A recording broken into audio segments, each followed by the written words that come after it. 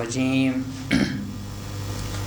بسم الله الرحمن الرحيم أفوض أمري إلى الله إن الله بصير بالعباد الحمد لله الذي خلق الليل والنهار بقوته وميز بينهما بقدرته وجعل لكل واحد منهما حدا ممدودا وأمدا ممدودا يولج كل واحد منهما في صاحبه ويولج صاحبه فيه الحمد لله الذي كان قبله والآخر الذي قصرت عن رؤيته أبصار الناظرين وعجزت عن نعته أوهام الواصفين الحمد لله الذي أكمل إيمان المسلمين والمؤمنين بولاية علي أمير المؤمنين عليه السلام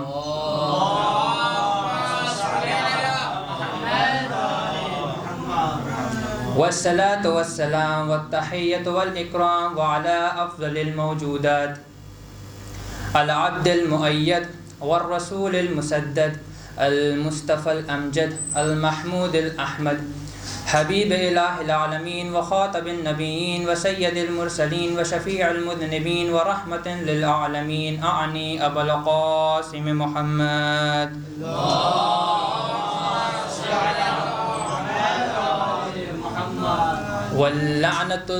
واللعنة الدائمة الباقية على أعدائهم أجمعين أما بعد فقد قال الله تبارك وتعالى في كتابه في محكم كتابه ومتقن خطابه بسم الله الرحمن الرحيم وجعلها كلمة باقية في عقبه لعلهم يرجعون صلوات محمد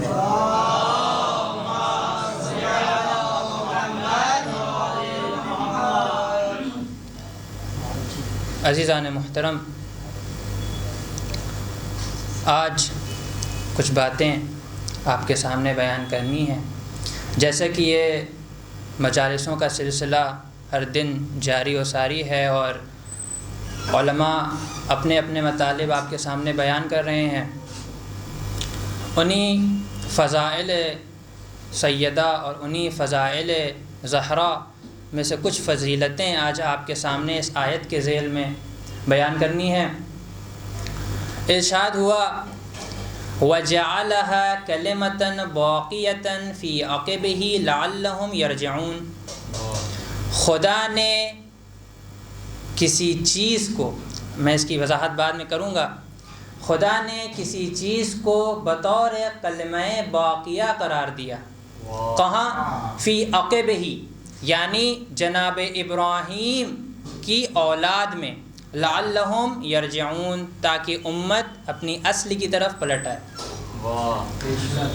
ظاہر آیت سے آپ کو یہ بات معلوم ہو جائے گی کہ یہ آیت مخصوص ہے جناب ابراہیم کے لیے، لیکن اگر آپ تفاسیر اور دوسری جگہ مطالعہ کریں تو آپ کو یہ بات معلوم ہوگی کہ اس آیت میں ایک خاص پیغام کا سلسلہ بیان کیا جا رہا ہے۔ اپنی بات کو شروع کرنے کے لیے ایک مثال آپ کے سامنے دوں۔ آج کل دنیا میں اگر کوئی اہم پیغام ہو، چاہے وہ پیغام دنیاوی ہو یا وہ پیغام آخرتی ہو، اخروی ہو، تو دونوں میں سے کوئی بھی پیغام کیوں نہ ہو، اگر وہ اہم ہے تو اس پیغام کو باقی رکھنے کے لیے ایک سلسلے کی ضرورت ہے۔ اگر کوئی بہت بڑا انسان ہو، کوئی پرائم منسٹر ہو یا ایک عام انسان ہو، اس کو کسی بھی طریقے سے کوئی بہت اہم کام ہو کہ جو اسے باقی رکھنا ہے، وہ اپنی زندگی میں پوری طریقے سے کوششیں کرتا رہے، تمام کوششات اور تمام کوششوں کو لوگوں کے سامنے رکھتا رہے اور اپنے اس اہم کام کو ہو سکتا ہے کہ وہ کما حقہ پہنچا بھی دے، اپنے پیغام کو لوگوں تک پہنچا بھی دے، لیکن صدیاں گزرنے کے بعد، وقت گزرنے کے بعد اگر اس پیغام میں سلسلہ نہ ہو تو وہ پیغام لوگوں کے سامنے سے بھلا دیا جائے گا، تو پھر اس پیغام کی اصل لوگوں کے سامنے سے مٹ جائے گی۔ اگر کوئی بھی پیغام، کوئی بھی محنت آپ آج کر رہے ہیں، تو اگر آپ چاہتے ہیں کہ وہ محنت آگے بھی جاری رہے تو آپ کے لیے لازم ہے کہ ایک سلسلے کو منتخب کیا جائے، ایک سلسلے کو قرار دیا جائے، تاکہ آپ کے جانے کے بعد وہ لوگ، چاہے وہ افراد کی شکل میں ہوں، چاہے وہ اشخاص کی شکل میں ہو، یا کوئی بھی فرد ہو، وہ آپ کے بعد سلسلہ بسلسلہ اس کام کو جاری و ساری کر سکے۔ لہٰذا کوئی بھی اہم کام، اب تمام امور میں اللہ تعالیٰ نے جب جناب ابراہیم کو بھیجا تو جناب ابراہیم نے اپنے پیغام کو امت کے سامنے رکھنے کے بعد ابراہیم کی ضرورت یہ ہے کہ اب ابراہیم یہ چاہتے ہیں کہ کسی بھی طریقے سے میرا پیغام باقی رہے، لہٰذا اب ان کے پیغام کو باقی رکھنے کے لیے ضروری ہے کہ ابراہیم ایک سلسلے کو منتخب کریں، ابراہیم ایک سلسلے کو چنیں۔ لہٰذا اللہ نے بھی جب اپنے پیغام کو امتوں کے سامنے رکھنا چاہا تو اللہ نے بھی ایک سلسلہ قرار دیا، اس لیے قرآن مجید میں ارشاد ہے ثُمَّ أَرْسَلْنَا رُسُلَنَا تَتْرَىٰ، ہم نے ایک کے بعد ایک رسول بھیجے۔ یا خدا ایک رسول کافی تھا ہدایت کے لیے، تیری ایسی ہدایت کہ جو ایک رسول سے کافی ہے، اس کے لیے تمام 1,24,000 رسول کو بھیجنے کی کیا ضرورت ہے؟ تو خدا یہ جواب دے گا کہ کسی بھی ہدایت کو باقی رکھنے کے لیے ایک سلسلے کی ضرورت ہوتی ہے، اس لیے ہر امت میں، ہر زمانے میں رسول نے اس زمانے کے اعتبار، اللہ نے اس زمانے کے اعتبار سے انبیاء کو لوگوں کے سامنے رکھا۔ لہٰذا ثُمَّ أَرْسَلْنَا رُسُلَنَا بِالْبَيِّنَاتِ تَتْرَىٰ، ہم نے ایک کے بعد ایک رسولوں کو بھیجا۔ اس کے بعد دوسری آیت میں خداوند عالم ارشاد فرما رہا ہے وَلَقَدْ وَصَّلْنَا لَهُمُ الْقَوْلَ لَعَلَّهُمْ يَتَذَكَّرُونَ، ہم نے اپنے قول میں وصل کو قرار دیا۔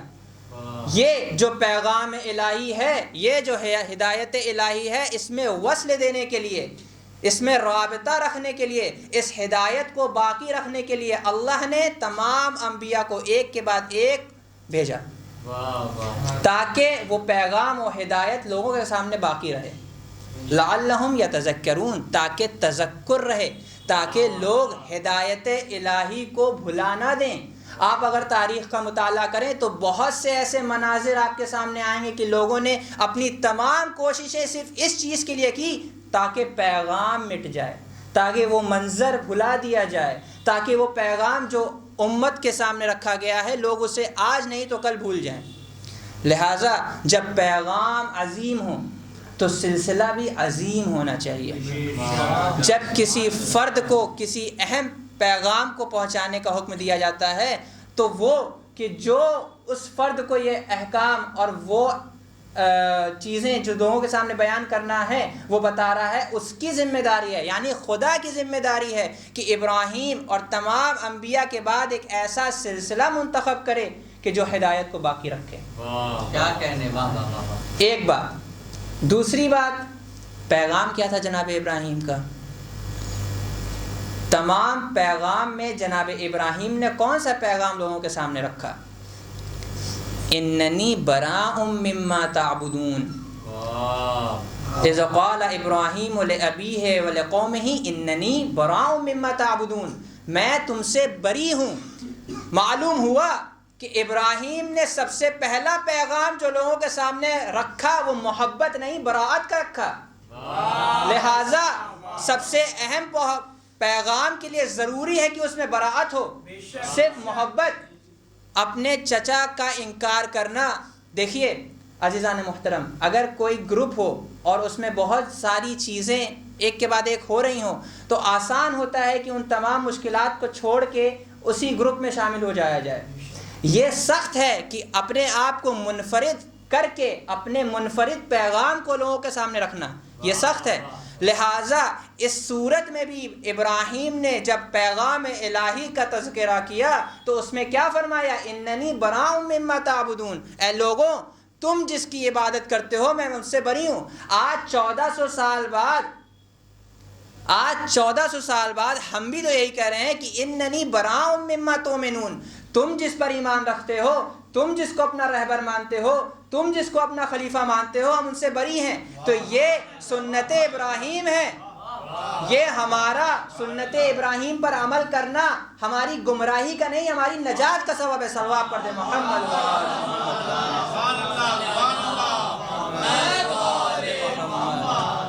لہذا وَلَقَدْ وَصَّلْنَا لَهُمُ الْقَوْلَ, ہم نے اپنے پیغام میں وصل کو قرار دیا تاکہ لوگ اس قول کو, اس پیغام کو بھلا نہ دیں. کنٹینیوٹی آف تھاٹ بہت ضروری ہے. اگر کوئی پیڑ, مثلا آپ کے سامنے بہت سارے پیڑ لگے ہوئے ہوں, ان میں سے ایک پیڑ خراب ہو جائے اور اس پیڑ کے علاج کرنا ایک حد تک ممکن ہوتا ہے, ایک حد کے بعد ممکن نہیں ہوتا ہے. تو آپ جب تک آپ کے پاس قوت ہے, آپ کے پاس جب تک طاقت ہے, آپ کوشش یہ کریں گے کہ اس پیڑ کا علاج کر کے اس کو صحیح کر دیا جائے. لیکن ایک وقت کے بعد کہ جب اس پیڑ کا علاج ممکن نہیں ہے تو ہدایت اسی میں ہے, صحت اسی میں ہے, سلامتی اسی میں ہے کہ اس پیڑ کو کاٹ دیا جائے اور باقی جو پیڑ بچے ہوئے ہیں ان کو سلامت رکھا جائے. رسول اللہ نے بھی کچھ اسی طریقے کا کام انجام دیا. اپنی پوری زندگی میں ایک ہدایت کو تمام لوگوں کے لیے سامنے برابر رکھا. لیکن جب وفات رسول سامنے آئی اور رسول یہ بات جان چکے کہ کچھ لوگ اب ہدایت یافتہ نہیں ہو سکتے, کچھ افراد ایسے ہیں کہ اب ہدایت یافتہ نہیں ہو سکتے, لہٰذا رسول کو جو رحمت للعالمین ہے اس کو یہ کہنا پڑا قوموا انی. لہٰذا رسول کہ جو رحمت اور کرم کے لیے آیا تھا دنیا کے سامنے, اس کو بھی کچھ لوگوں کو اپنے سامنے سے اٹھانا پڑا تاکہ ان کی وجہ سے دوسرے افراد گمراہ نہ ہو جائیں, تاکہ ان کی وجہ سے دوسرے پیڑ سڑ نہ جائیں. عقل کا تقاضا یہ ہے عزیزان محترم. لہذا وَلَقَدْ وَصَّلْنَا لَهُمُ الْقَوْلَ, ایک صلوات پڑھ دیں محمد و آل محمد.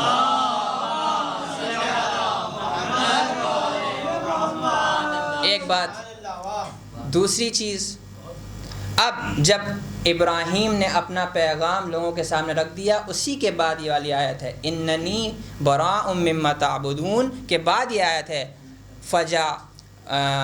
فجعلها کلمۃ باقیۃ لا فی عقبہ لعلہم یرجعون. پھر ہم نے یہ پیغام ابراہیم کو, ہم نے یہ پیغام الہی کو عقبہ اولاد ابراہیم میں قرار دیا بحیثیت کلمہ باقیہ, بحیثیت کلمہ جاریہ.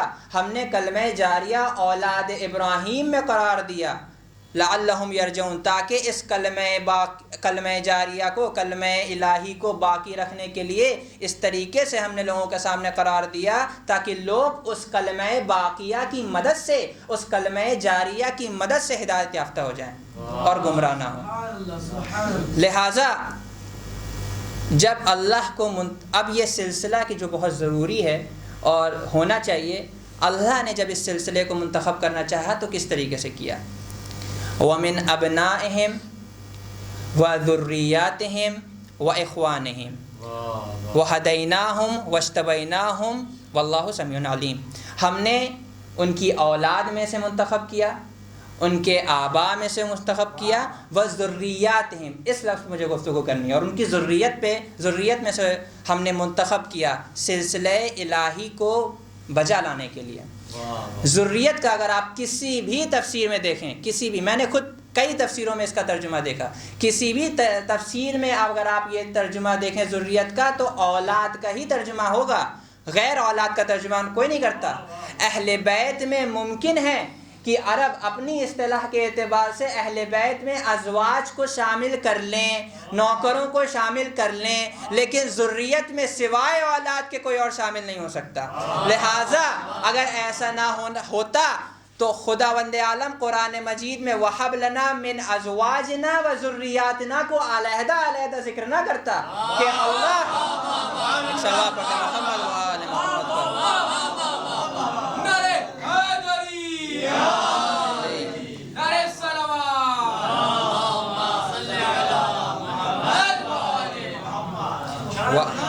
وَهَبْ لَنَا مِنْ ذُرِّيَّاتِنَا وَأَزْوَاجِنَا قُرَّةَ أَعْيُنٍ.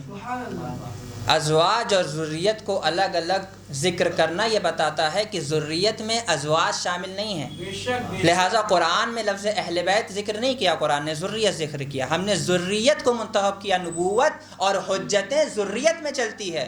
غیر ذریت کا شخص نہ نبوت حاصل کر سکتا ہے نہ امامت حاصل کر سکتا ہے. صلوات پڑھ دیں محمد و آل محمد.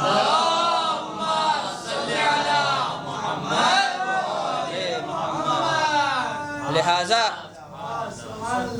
جب ذریت کا وقت آیا تو اللہ نے تمام انبیاء سے، جب پیغام بہت اہم ہوتا ہے. اچھا یہ بات بھی عاقلانہ تھی کیا کہنے کہ جناب ابراہیم یہ کہتے کہ اے خدا میری امت میں سے بہت سارے ایسے افراد ہیں، ان کو تو میرے بعد منتخب کر دے، ان کو تو میرے بعد میرا وصی میرا جانشین قرار دے. یہ پیغام اپنا میری ذریت ہی سے کیوں کروانا چاہ رہا ہے؟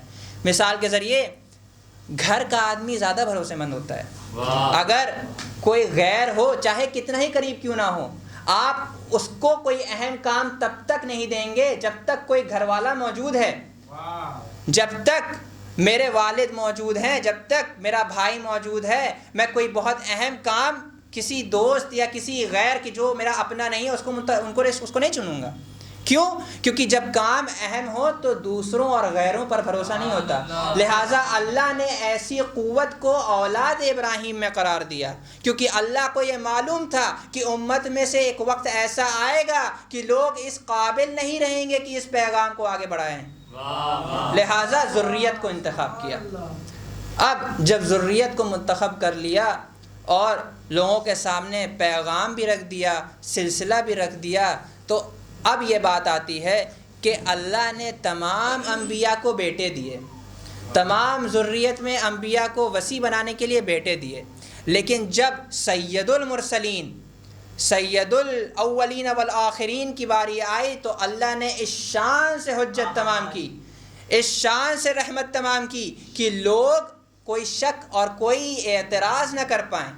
لہٰذا رسول اللہ کے لیے اجازت دی اللہ نے کہ آپ جتنی چاہے شادیاں کریں.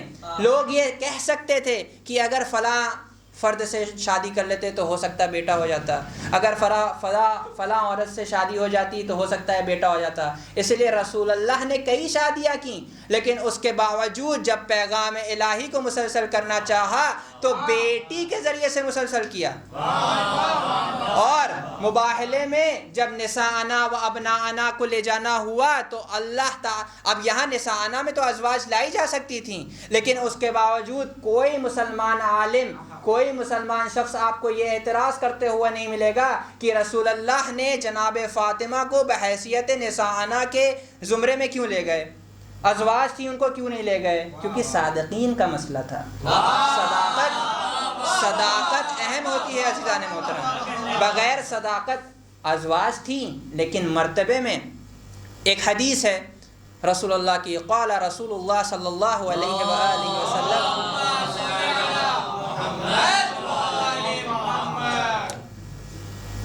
فاطمۃ بہجۃ قلبی و ابناہا ثمرۃ فؤادی. فاطمہ میرا بہجہ قلب ہے اور ان کے بیٹے ثمرۃ فؤادی کی منزل میں ہیں.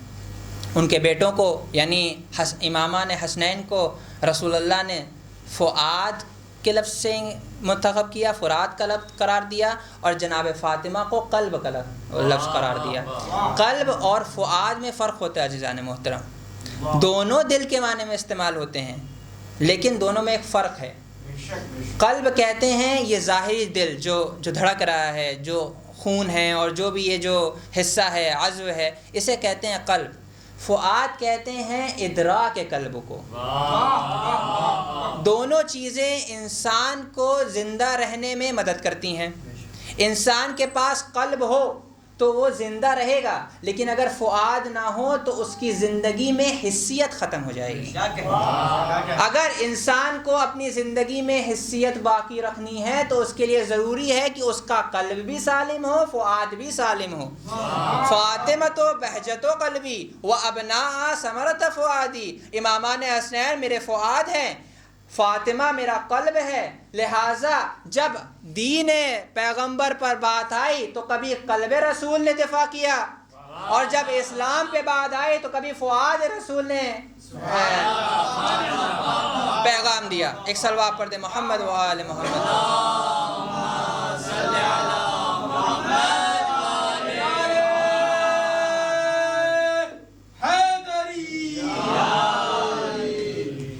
لہٰذا جب علی کو لینے کے لیے ملعون آئے تو فاطمہ کہ جو قلب رسول ہے وہ دفاع ولایت میں نظر آئیں، اور جب دین اسلام پہ بات آئی، دین اسلام پہ حرف آیا تو فؤاد رسول کہ جو حسنین ہیں وہ سامنے آئے. لہٰذا یہ دونوں نے اپنی اپنی قربانی دیکھ کے دفاع دین کیا.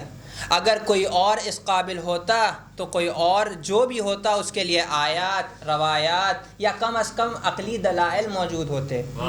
نہ عقلی دلائل کا موجود نہ ہونا، آیات کا اشارہ نہ کرنا، احادیث کا صراحتاً ذکر نہ کرنا یہ بتاتا ہے کہ دین اسلام پر جب حرف آئے گا تو صرف وہ افراد شامل ہوں گے کہ جن کو اللہ نے سلسلہ نبوت قرار دیا، کہ جن کو اللہ نے حجت قرار دیا. لہٰذا آپ دیکھیں کہ زیارات میں ہیں کہ جب جناب فاطمہ کی قبر پہ جاؤ تو فاطمہ کو اس طریقے سے سلام کرو. کس طریقے سے؟ کہ یا ممتحنۃ امتحنک اللہ الذی خلقک قبل ان یخلقک فوجدک لما امتحنک صابرا. یہ پہلا فقرہ. ابھی آپ شام کی مجلس میں مظفر بھائی کے دوسرے فقروں کے بارے میں ارشادات سنے تھے، لیکن میں اس پہلے فقرے کے بارے میں گفتگو کرنا چاہتا ہوں. یہ پہلا فقرہ، اس میں بہت سارے احتمالات ہیں، بہت ساری چیزیں موجود ہیں. یا ممتحنۃ امتحنک اللہ الذی قبل ان یخلقک، اللہ تعالیٰ نے آپ کو ممتحنہ قرار دیا اور اللہ تعالیٰ نے آپ کو خلق کرنے سے پہلے آپ کا امتحان لیا. بس جب فوجدک لما امتحنک صابرا، جب آپ کا امتحان لے لیا تو اللہ نے آپ کو صابرہ پایا. اس میں ایک دقیق بحث ہے عزیزان محترم. دو احتمالات، اس کے بعد ایک اور احتمالات کی جو زیادہ معتبر مانا جاتا ہے آپ کے سامنے ذکر کریں گے، پھر رحمت تمام. پہلا احتمال یہ علماء ذکر کرتے ہیں کہ امتحان سے مراد، یہاں پہ لفظ امتحان سے مراد علم خدا ہے. یعنی علم خدا کو معلوم تھا جناب فاطمہ کے بارے میں، علم خدا کو معلوم تھا کہ جناب فاطمہ صابرہ ہیں، علم خدا کو معلوم تھا کہ جناب فاطمہ مؤہل لکمالات ہیں. لہٰذا اللہ نے ان کو چنا، لہٰذا اللہ نے ان کو تمام عصمت و علم عطا کیا. پہلا احتمال. اس پہ اشکال یہ ہوتا ہے، یہ احتمال اس لیے صحیح نہیں ہے کہ اگر یہ احتمال صحیح ہوتا تو دوسرے بھی اولیاء ہیں، دوسرے بھی یہ انبیاء ہیں، دوسرے بھی اوصیاء ہیں، اللہ ان کا بھی امتحان لیتا. اللہ کے علم میں تو ان کے بارے میں بھی وہی علم تھا. لہٰذا جناب فاطمہ کے لیے الگ سے ذکر کرنے کی کیا ضرورت تھی؟ اللہ کا علم تو تمام چیزوں پر حاوی ہے. جب اوصیاء اور اولیاء کے لیے یہ بات تھی تو جناب فاطمہ کے لیے یہ بات ذکر کرنا تو یہ جناب فاطمہ کا مدح اور جناب فاطمہ کو دوسروں سے افضل قرار نہیں دے رہا ہے. پہلا احتمال.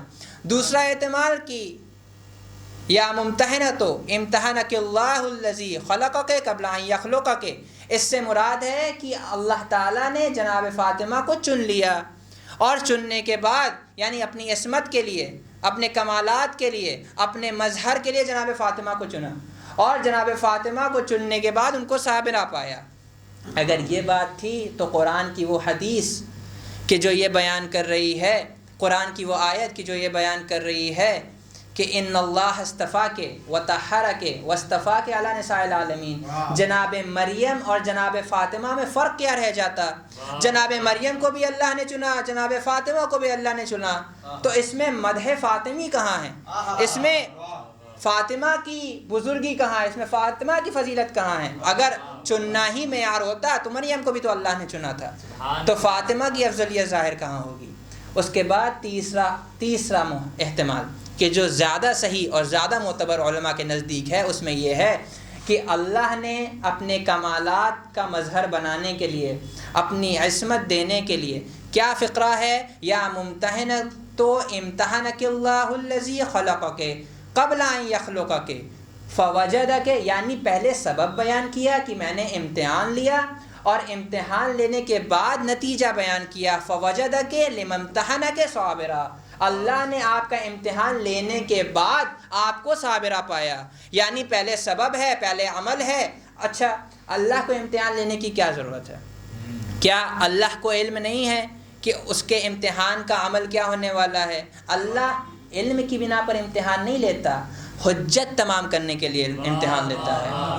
اور لیذی الاشیاء علی مواضعها، اللہ کسی چیز کو اس کی جگہ پہ رکھنا جانتا ہے، اللہ کسی اہل کو کہاں رکھنا ہے، کسی اہل میں کیا کمالات دینے ہیں، یہ اللہ جانتا ہے، لہٰذا کسی کمالات کو دینے کے لیے کوئی اہم کمالات اور فضائل دینے کے لیے چنتا ہے، اور چننے کے لیے کیوں چنتا ہے؟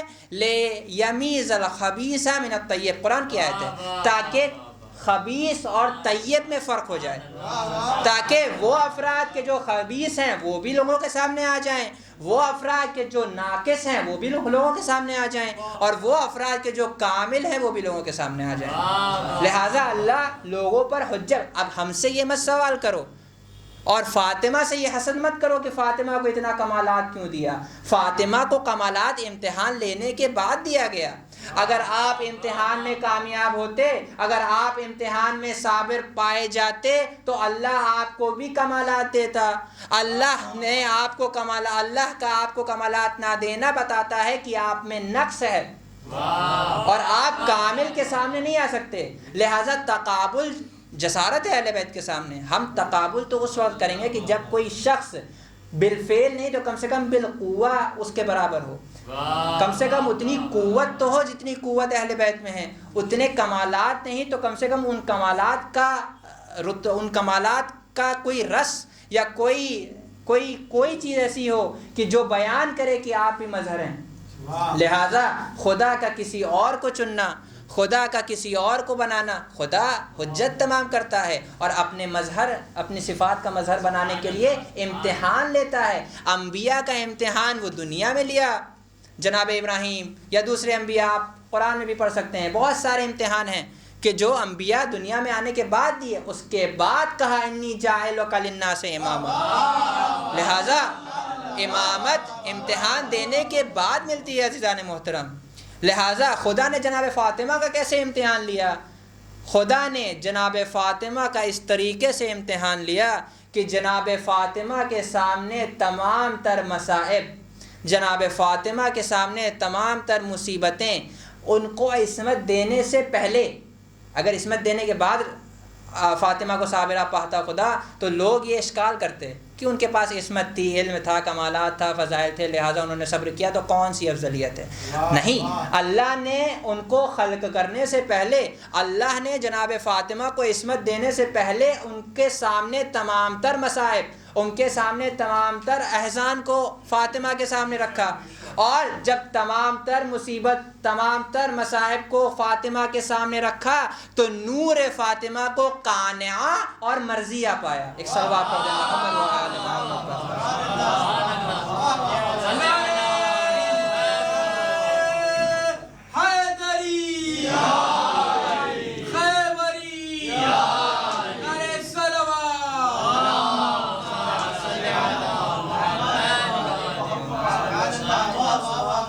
لہٰذا جناب فاطمہ کا امتحان، اور یہ بتا کے لیا کہ آپ پہ جب مصیبتیں آ رہی ہوں گی تو آپ ابنتو سید المرسلین ہوں گی، آپ ابنتو سید الاولین والآخرین ہوگی۔ جناب فاطمہ یہ جانتی تھی کہ ان پہ کیا مصیبتیں آنے والی ہیں، اس کے بعد بھی جناب فاطمہ کو صابرہ پایا، اس کے بعد کمالات دیے۔ اب خود کو جناب فاطمہ سے مت ملاؤ، بلکہ جناب فاطمہ کے کمالات کا اعتراف کر کے نجات پا جاؤ۔ لہٰذا